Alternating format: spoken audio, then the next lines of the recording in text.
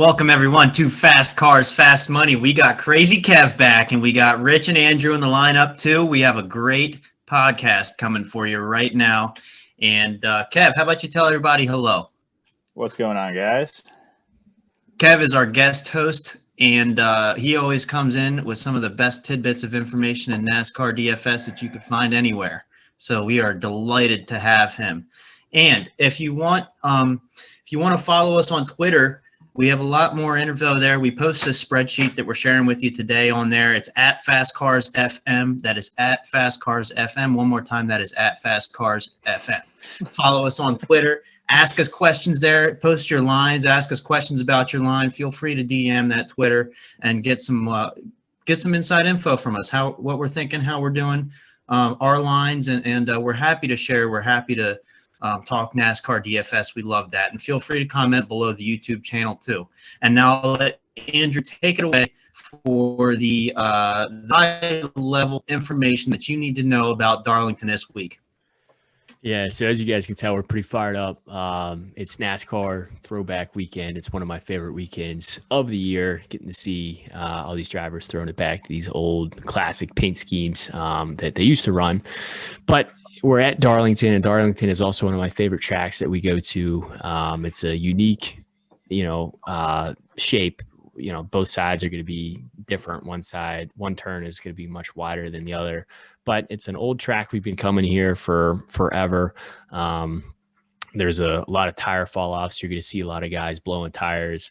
The fastest way around this track is right up against the wall. And with these cup cars, because of the steel bodies that they run, if you get into the wall, usually it's going to mean trouble for you. A cut tire, it's going to hurt you aerodynamically. But one thing that I'm really interested in for this race is this is basically, it's not quite a 1.5 mile. I think it's like 1.3 miles, but they're actually running the high horsepower, low downforce package here. So if you look at all the other 1.5 miles this year, we've been running the low horsepower and high downforce package. So this is the opposite, little spoiler, big motor. It's supposed to be really hot and slick this weekend too. So drivers are going to be sliding all around. It really puts this race into the driver's hands of, the top drivers should really perform. It's more, the driver controlling the car than the aerodynamics pretty much. So that's pretty much it for the preview. It should be a super fun race. A lot of guys sliding around, getting to the wall, beating and banging. Their hands are going to be going back and forth on the steering wheel. But, the thing that you guys care about is the picks, and that's why we brought Crazy Kev in is to give you that valuable information. So we'll start with you, Rich, I guess, for this top range here. Who do you like from Kyle Larson down to Brad Keselowski there? Love Kyle Larson this week. He's consistently been one of the fastest cars outside of Denny Hamlin every week, and he's offering you some solid place differential this week. Would not be surprised to see him move up really fast to the front and dominate this race at all. Not really interested in Joey Logano, not because I don't like him, which I don't, but he's just not interested at this price tag. I'm interested in everybody else around him. Denny Hamlin, he's really good at this track. He hasn't won this year, which is very surprising because he's been the most consistent car every week. So do not mind playing Denny. He can dominate as well. Same thing with Truex. Basically all of the Joe Gibbs cars are really good and in play this week. But I really like Brad K starting on the pole here because I think, didn't he win both of these races? Because we had the when we came back from the break after the pandemic, we had the two races. I'm pretty sure he won both of them back to back. Yeah, I'm not sure. I know Kevin Harvick won at least one of them, but I know Keselowski ran well in all those races. So he's a 10K starting first. He's got to lead laps to pay off. But I would not be surprised to see him dominate the early part of this race at all. Yeah, for me, this range, it's basically all Kyle Larson. I mean, I've been playing Kyle Larson every single week. He's constantly has been, the fastest car on the track. But, he only has one win to show for it. I mean, he should have won last week, and he should have probably won the Atlanta race too. And both of those races kind of slipped away from him. But he was still a good play because, he he basically led a ton of laps and ran a bunch of fast laps. And this is a track where running the wall, pays off. And I would argue that Larson and Reddick are the two best drivers in the field at doing that. So I'm going to be building around Larson. I don't like Logano either. Denny Hamlin, I think, is a solid play no matter where you go. Truex starts a little bit closer to the front, but we've seen him, put together some solid runs. And then Keselowski too. I could see Keselowski leading all the way up until the competition caution. And if he gets, a good pit stop and comes out first again, I could still see him, maintaining that spot. We saw him lead a ton of laps last week at Kansas. Now, granted, it's a different, aero package that they're running, this weekend, but Keselowski is one of the most experienced, veteran drivers that we have in the field. And, his talent alone should keep him in that top 10. I agree as well. Kyle Larson's my favorite out of this range. Dude's been fast. He's got some spots to move up, and I think he'll move up quickly and stay up there. Joey Logano, I'm not as low on Joey Logano as you guys are, though. I think he's a great pivot off of Larson and Hamlin, and I think he'll come in low owned. And I don't think he hasn't been bad at all this year. So I don't mind Logano, but I definitely prefer the other drivers. Denny Hamlin has been awesome this year. It's crazy that the guy doesn't have a win yet because he has been racing lights out. It's just ridiculous to me that he doesn't have a win because he's gotten second, 3-4 times now. He's due, and I love the play. Martin Truex, you guys say that Brad Keselowski could lead early in the race. I think the one that might ruin that for him is Truex. I think Truex has shown speed. He showed the ability to move up early in a lot of races this year, and I think he's good. I think he's raced awesome. He's won 2 races already, and I think he'll be good here this week. And Brad Keselowski, like you guys said, I think he could stay out, and I do think there's opportunity there for him. However, he's starting on the pole, and always makes us nervous, especially with no practice. But he's done that a couple times this year and hasn't really let us down yet. So Brad Keselowski's been good for us. So I like him. Go ahead, Kev. All right. Yeah, Kyle Larson, I don't think you can go wrong with him at all. Obviously, he's been racing pretty lights out since he came back this year.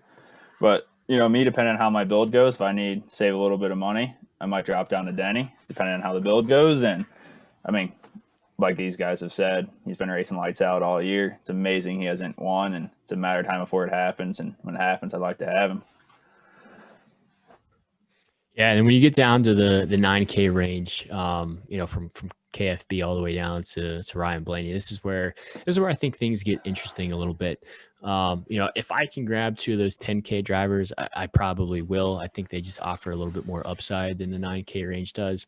Not saying in the 9K range there isn't good value there, but I just think the potential upside that 10K range offers is huge. Kyle Busch won last week, so he had some good momentum. He literally swept the weekend, the Bushy McBush race. Busch won, so he has that trophy in his house, which I think is pretty funny. He starts third, so he really has to maintain his spot and, eventually cycle through to the lead. But I don't know. You got Truex right there, like Coop was saying. You got Keselowski, even Harvick up there. Harvick's pretty good at this track. So I don't know. It's tough to try to figure out who the front runner is really going to be. Even though Harvick starts second and he won a couple of these races at Darlington last year, Keselowski's going to choose what lane he gets the restart in, and Darlington, the outside is the place you want to be. So Harvick more than likely is going to be on that inside lane. So I could see Keselowski moving forward and getting that early jump, and maybe even the guy behind Keselowski, if he can stay on Keselowski's bumper, might get that outside momentum in that run and, cycle Harvick back. So, it's tough for me to see Harvick leading early, but if Harvick gets a good jump, there's a good chance that, he's the early dominator instead of Keselowski. And I think a lot of people are going to go with the Keselowski route. So I think that's a little bit contrarian. Bowman had an alternator issue last weekend. Luckily, it didn't kill his day, but it definitely hurt his potential. So maybe he'll be a little bit lower owned this week. And then Chase Elliott, he's been fast all year. It's the same equipment that, we've seen Kyle Larson just dominate the field in. So it's only a matter of time before he turns it around. And then Ryan Blaney, I don't know if this is really Blaney's best track. He starts 16th, so I guess he offers you some PD upside. But for me, it's really going to be Chase Elliott in this range. Go ahead, Kev. Yeah, I agree with Andrew there with Kevin Harvick. He's a little contrarian to going with Keselowski. Won here last year. Pretty sure I saw he's running the same car he had last year. Throwback number 4 Busch car, so it'd be cool to see that in victory lane. But been running a little better last couple weeks, but again, I get a little nervous about running that front row. Things don't go your way, can really kill your day. And Bowman been having a lot of bad luck recently, but he's still been running good, and then just gets unlucky. So he's got a lot of PD there for you. Could turn it around. This would be the week at a top 5. But yeah, I agree with Andrew there with Chase Elliott. He's been good all year. He's in great equipment. It's a matter of time before he ends up in victory lane. Yeah, in this range, I don't mind Kevin Harvick as much. And if I said this on the last podcast with the Fords all in the startup, and it did not happen. But I'll say it again. Kevin Harvick, the restarts and the starts of the races are a lot about who's pushing. Kevin Harvick has Truex pushing him, and then he's got Elliot behind Truex. So that's a pretty good pushing crew. Kyle Busch and then Byron are pushing Keselowski. That's also a good pushing crew, but I would not be surprised if they get a good push and then Kevin Harvick gets out front pretty early and then actually leads a little bit of this race. With that being said, even if that happens, I don't think he can keep it. So as good of a driver as Kevin Harvick is, it's disappointing that Stewart Haas has been so bad this year.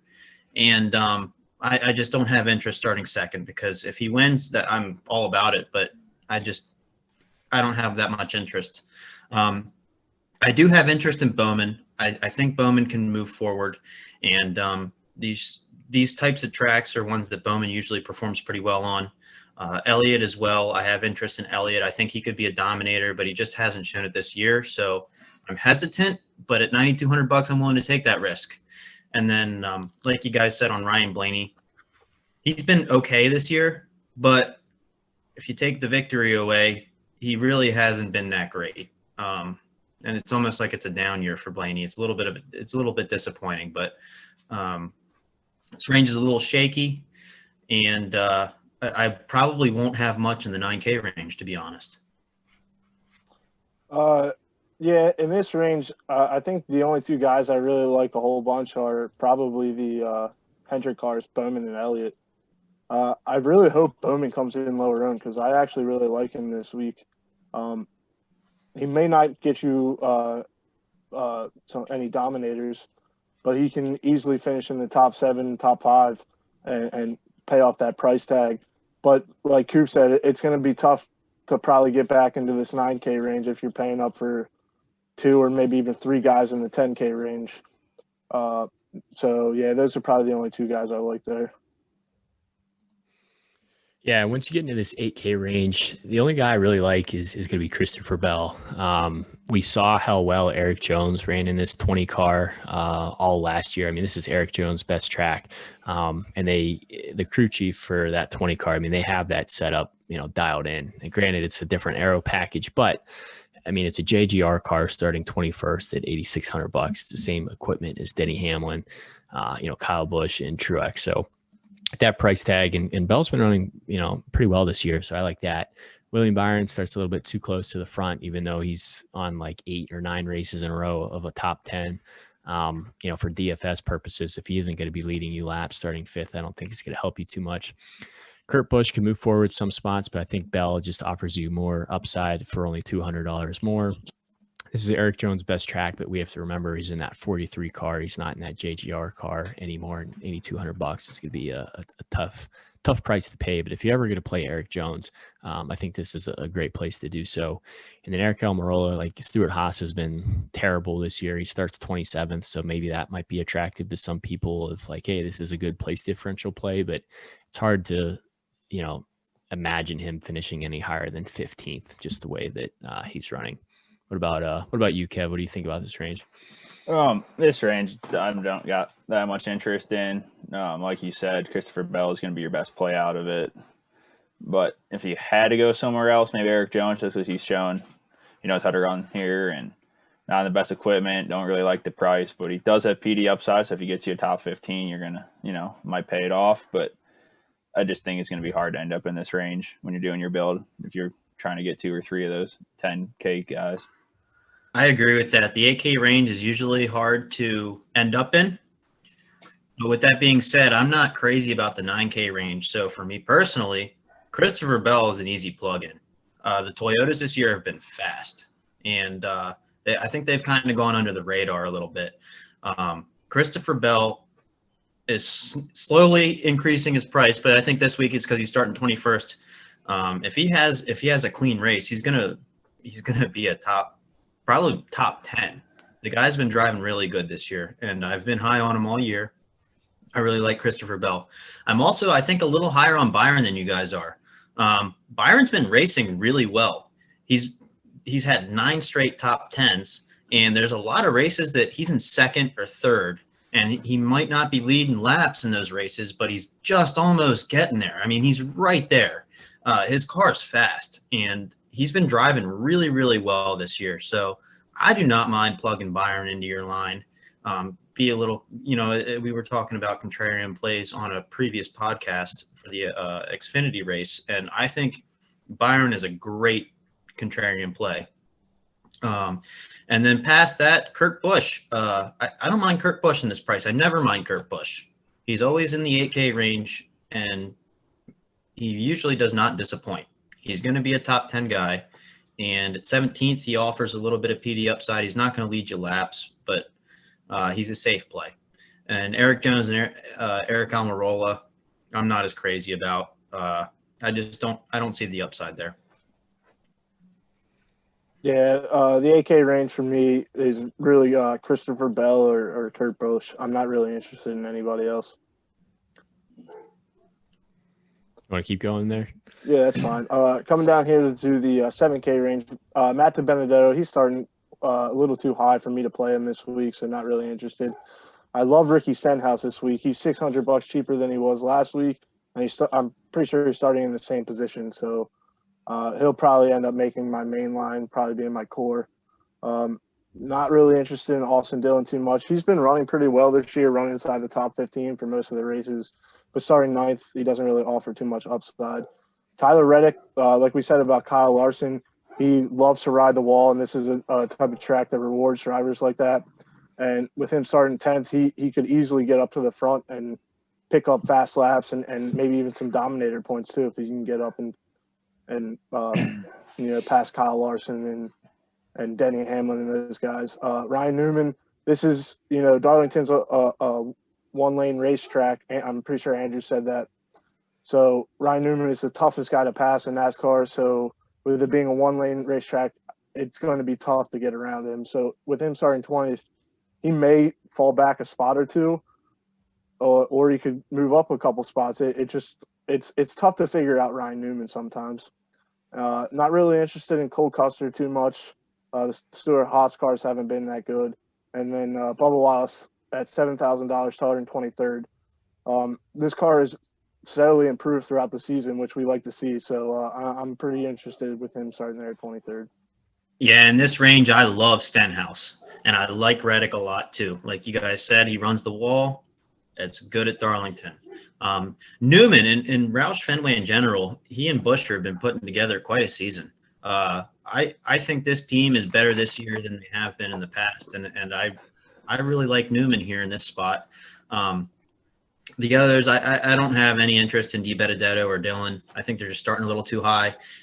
Custer, I don't really have interest in Custer. He hasn't shown that he can really get inside the top 10 and run well.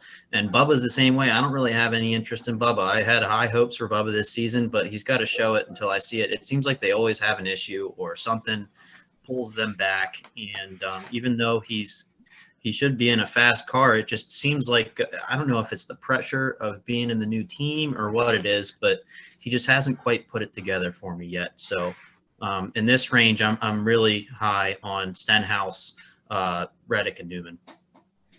Yeah, and then for me, I'm really going to be trying to build around, the Kyle Larsons, the Denny Hamlins, the the Truexes, the Chase Elliott. So if I'm doing that, I have to also pair my line with some of these cheaper guys.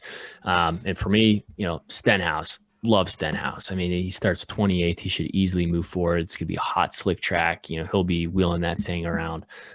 He finally wrecked out, I think, for the first time, except for, I think, Talladega, and I don't count that. So I think he finally wrecked out for the first time last season. So, maybe he's getting that wreck out of the way, and he'll go back to not wrecking. He was on a pretty good streak there. Like Rich was saying, Reddick runs the wall. It's risky because if you hit it, it's probably going to cut a tire down or, hurt your car. But if you don't hit that wall, I mean, you're just going to clock off fast laps. So for a guy that can do that, he has the potential to get you some fast laps points, especially if he's working his way up through the field. And at $7,400, that's going to work out. And then Newman, I think he's a good guy to mix in your lines. And then I'm not too crazy about the other guys. But what about you, Kev? Do you got a good feeling about any of these guys? Yeah, my hot tip's going to be to lock Reddick in this week.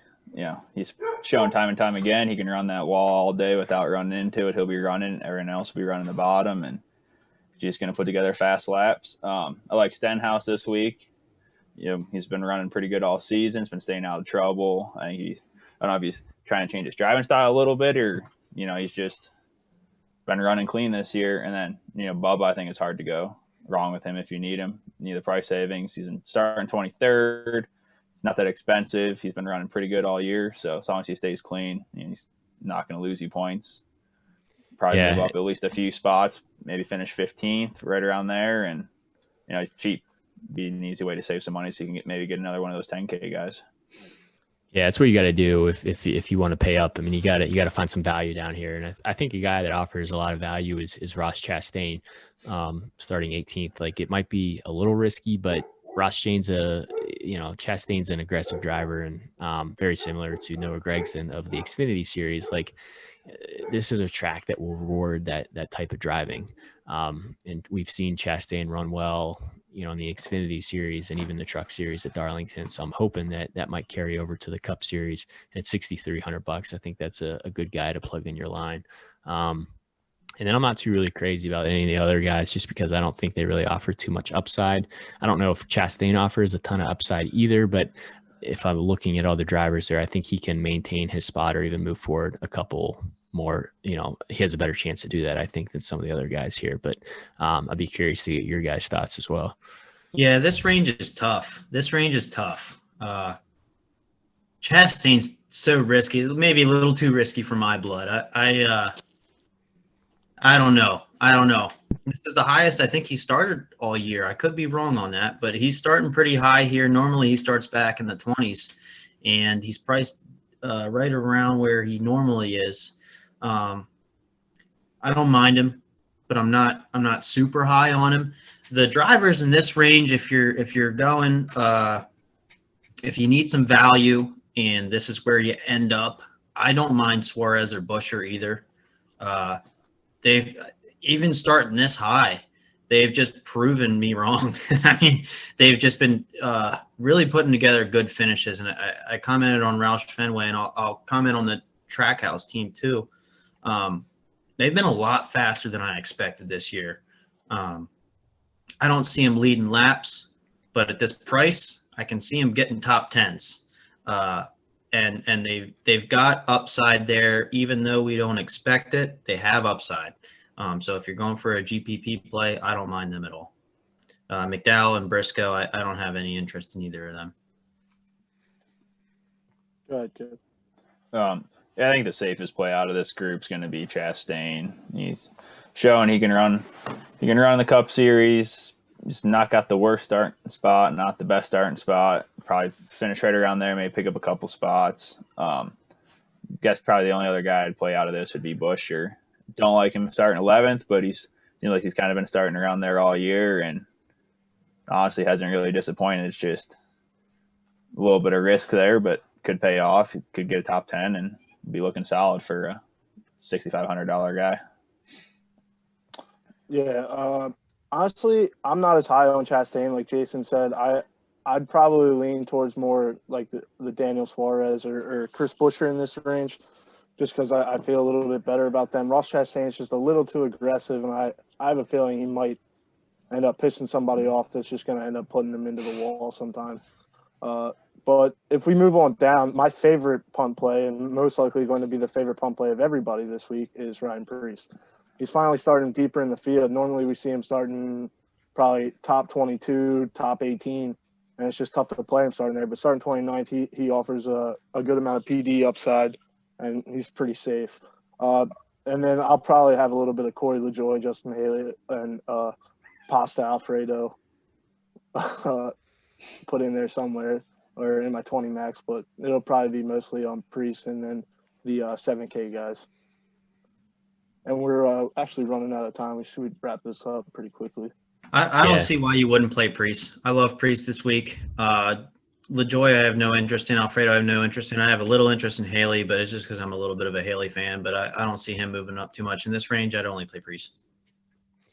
Yeah, me too. I mean, if you're playing Stenhouse, Ryan Preece is in the same equipment. He starts one spot further back, so I think he's going to be the most popular punt play. But I think it's okay to kind of ride the chalk with the punts. What about you, Kev?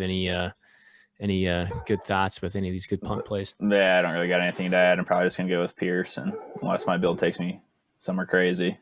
Yeah. Well, thanks for listening, everybody. That is at Fast Cars FM on Twitter. Comment in the YouTube section. Ask us questions on Twitter. We're happy to help. Give us your lines. We'll tell you what our thoughts are. We'll help you with your builds. And thanks for listening.